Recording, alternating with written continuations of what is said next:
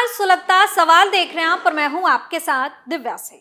Supreme court के supreme झटके के बाद बंगाल की दीदी यानी ममता बनर्जी बर्बाद हो गई है और उनका घर नीलाम होने की नौबत आ गई है, क्योंकि ममता बनर्जी को टाटा मोटर्स को 766 करोड़ रुपए का हर्जाना चुकाना है।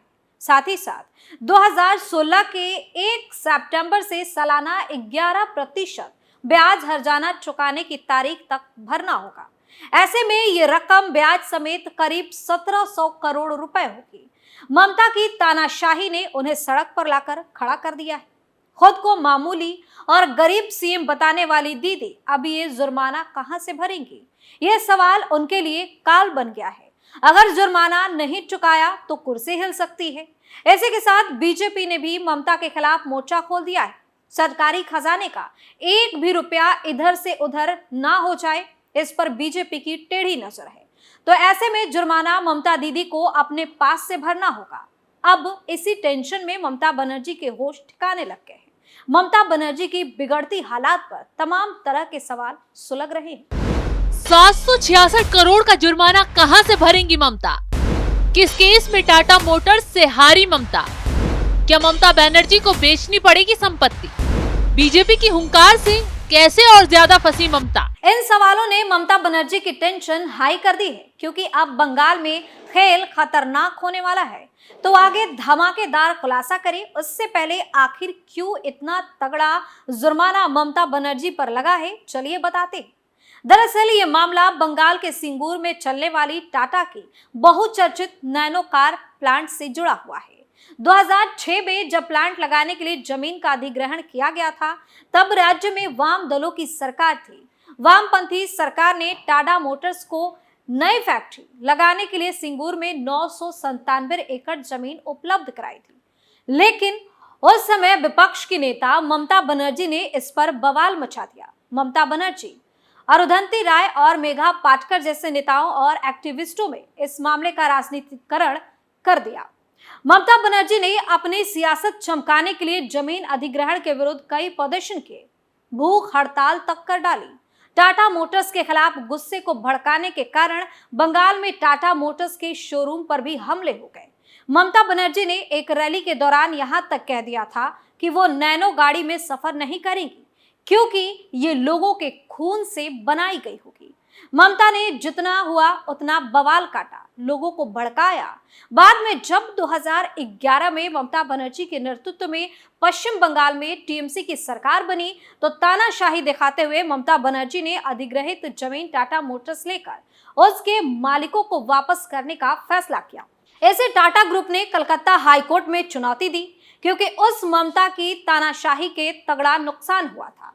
जून 2012 में हाईकोर्ट ने भूमि पट्टा समझौते के मुताबिक जमीन पर कंपनी का अधिकार माना। इसके बावजूद जमीन टाटा मोटर्स को वापस नहीं मिली। इस फैसले के खिलाफ राज्य सरकार अगस्त 2012 में सुप्रीम कोर्ट गई। अगस्त 2016 में सुप्रीम कोर्ट ने नैनो प्लांट के लिए जमीन अधिग्रहण को अवैध बताते हुए इसे उनके मालिकों को वापस देने का निर्देश दिया।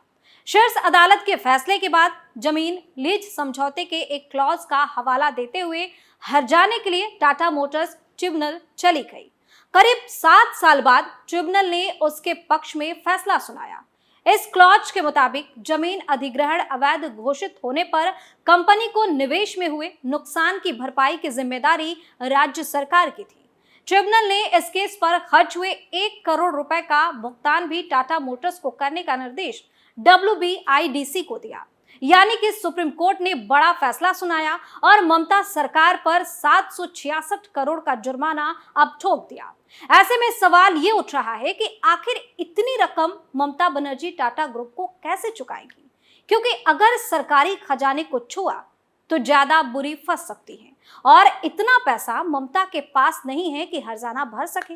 और हाल ही में एक रिपोर्ट सामने आई थी जिसमें खुलासा हुआ कि पश्चिम बंगाल की मुख्यमंत्री ममता बनर्जी 15 लाख की संपत्ति के साथ सबसे निचले पायदान पर है। तो अब अगर ममता बनर्जी अपना घर भी बेच देती हैं तो भी इतनी रकम चुकाना उनके लिए मुमकिन नहीं है। ऐसे में अब बीजेपी ने भी ममता के खिलाफ मोर्चा खोल दिया है। विधानसभा में विपक्ष के नेता शुवेंदु अधिकारी ने कहा कि सीएम ममता बनर्जी को पार्टी फंड से पैसा देना चाहिए, ना कि सरकारी खजाने पर नजर रखनी चाहिए। शुभेंदु अधिकारी ने ममता की लंका लगा दी है और साफ शब्दों में कहा है कि यह अकल्पनीय है कि सिंगूर में टाटा की फैक्ट्री, जिसका 50% निर्माण कार्य पूरा हो चुका है, उसे डायनामाइट से उड़ा दिया गया। टीएमसी के पास अपनी पार्टी के खजाने में पर्याप्त संसाधन है, इसलिए उन्हें अपने संसाधनों से मुआवजा देना होगा और टाटा को सिंगूर से खदेड़ कर किए गए अपराध के लिए भुगतान करना होगा। मुआवजे का भुगतान करने के लिए करदाताओं के पैसे का उपयोग करना अस्वीकार्य है। बीजेपी ने सीधे शब्दों में ममता बनर्जी को चेतावनी दे डाली है कि अगर पैसा सरकारी खजाने से गया तो इसका अंजाम उन्हें भुगतना पड़ेगा। जाहिर सी बात है, तानाशाही ममता ने की है। ममता की गलती की वजह से कंपनी को नुकसान पहुंचा है, तो उसके जुर्माने की मार जनता पर क्यों पड़ेगी? क्योंकि जनता के पैसे का इस्तेमाल ममता की सजा के लिए होगा। अब लोग भी इस बात को लेकर ममता बनर्जी को घेर रहे हैं। ऐसे में अब बीजेपी ने ममता सरकार के टीएमएल को सरकारी खजाने से मुआवजा देने की स्थिति में एक जन आंदोलन शुरू करने की चेतावनी दी। बीजेपी ने कहा कि एक तरफ हमारी विधायी टीम उस घटना में विधानसभा के पटल पर राज्य सरकार को घेरेगी, दूसरी तरफ मुआवजे का भुगतान करने के लिए करदाताओं के पैसे का उपयोग करने का प्रयास होने पर हमारी पार्टी के समर्थक सड़कों पर उतरेंगे। अब ममता बनर्जी चारों तरफ से घिर चुकी हैं, क्योंकि एक तरफ तो घोटालेबाज नेता जेल पहुंच रहे हैं, दूसरी तरफ ममता की गुंडागर्दी ही उन्हें ले डूबी है। टीएमसी का हाल अब बुरा होने वाला है, क्योंकि दूसरी तरफ घोटाले की मार ने ममता का काला चिट्ठा खोल दिया है। ममता राज्य में बंगाल घोटाले की नगरी बन गया है। पहले शिक्षक भर्ती घोटाले से बंगाल के गरीब लोगों को लूटा गया। उनके शिक्षा की बलि किसी और ने नहीं, ममता बनर्जी के मंत्री ने चढ़ाई। जब खुलासा हुआ तो घर से नोटों का पहाड़ बरामद हुआ, जिसने दुनिया को हिलाकर रख दिया था। अभी इस घोटाले की आंच ठंडी भी नहीं हुई थी कि 100 करोड़ का राशन वितरण घोटाला सामने आ गया। इस घोटाले में भी आरोपी ममता बनर्जी के मंत्री ज्योतिप्रिय मलिक निकले, जिन्हें ईडी ने छापेमारी के बाद गिरफ्तार भी कर लिया। कैसा ये घोटाला सामने आया, चलिए बताते हैं। दरअसल केंद्रीय जांच एजेंसी ने बिजनेसमैन वकीबुर रहमान की गिरफ्तारी के बाद ज्योतिप्रिय मलिक के घर पर छापा मारा। रहमान को भी उसके फ्लैट पर 53 घंटे से ईडी की छापेमारी के बाद गिरफ्तार किया गया। रहमान के फ्लैट से सरकारी दफ्तरों की मोहरें लगे 100 से ज्यादा दस्तावेज मिले थे। रहमान अपने चावल मिल व्यवसाय के अलावा कई होटल, रिसोर्ट और बार का भी मालिक है। इसके साथ ही खुलासा हुआ कि रहमान की कंपनियों में 50 करोड़ रुपए से ज्यादा का निवेश किया गया। आरोप लगाया गया कि कोविड-19 लॉकडाउन के दौरान राज्य में सार्वजनिक वितरण प्रणाली में कई अनियमितताएं हुई हैं और राशन वितरण में बड़े पैमाने पर भ्रष्टाचार भी हुआ है। उस वक्त ज्योतिप्रिय मलिक खाद्य और नागरिक आपूर्ति विभाग के मंत्री थे। उन्होंने बड़े लेवल पर सरकारी राशन की लूटमार मचाई, यानी कुर्सी का दुरुपयोग कर करोड़ों का घोटाला किया। करोड़ों रुपए का अनाज पचा के। ऐसे में ईडी की जांच में कई और तगड़े खुलासे हुए। एक के बाद एक नेता के सलाखों के पीछे जाने से ममता बनर्जी घबरा गई, बौखलाते हुए बीजेपी के खिलाफ बवाल करने लगी।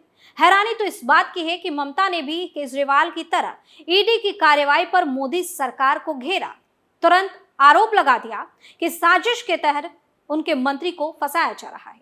लेकिन एक बार भी घोटालेबाज नेता के खिलाफ बयान नहीं दिया। ये नहीं कहा कि बंगाल को लूटने वालों पर वो एक्शन लेगी।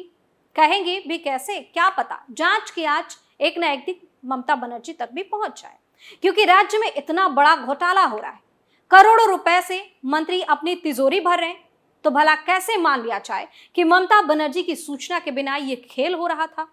ऐसे में अब ममता चारों तरफ से फंस चुकी है, क्योंकि एक तरफ तानाशाही पर करोड़ों जुर्माना पड़ गया है, तो दूसरी तरफ घोटाले पर राज खुल रहे हैं जो ममता की कुर्सी हिला सकते हैं। ममता सरकार के घोटालों पर तो अब बीजेपी ने भी हल्ला बोल दिया है। बीजेपी नेता सुकांत मजूमदार ने गंभीर आरोप लगाया है। सुकांत ने कहा है कि राज्य की ममता सरकार घोटाले के सबूतों को मिटाने की कोशिश कर रही है, लेकिन वो इसमें सफल नहीं होगी। उन्होंने घोटाले को लेकर आंदोलन की चेतावनी भी दी है। तो अब बीजेपी ने चारों तरफ से ममता बनर्जी को घेरने की रणनीति बना दी है। न सिर्फ घोटालेबाज सरकार का चेहरा बेनकाब करने के लिए आंदोलन किया जाएगा, बल्कि ममता ने अगर सरकारी खजाना लूटा तो उसके लिए भी ममता को आईना दिखाया जाएगा। अब ममता फंस चुकी है कि आखिर कहां से यह जाना भरे, कहां से इतना पैसा लाए। खैर, अब बंगाल में दीदी की उल्टी गिनती शुरू हो गई है। सुलगता सवाल में आज के लिए इतना ही। नए मुद्दे के साथ फिर से पेश होंगे, तब तक के लिए आप देखते रहिए कैपिटल टीवी। नमस्कार।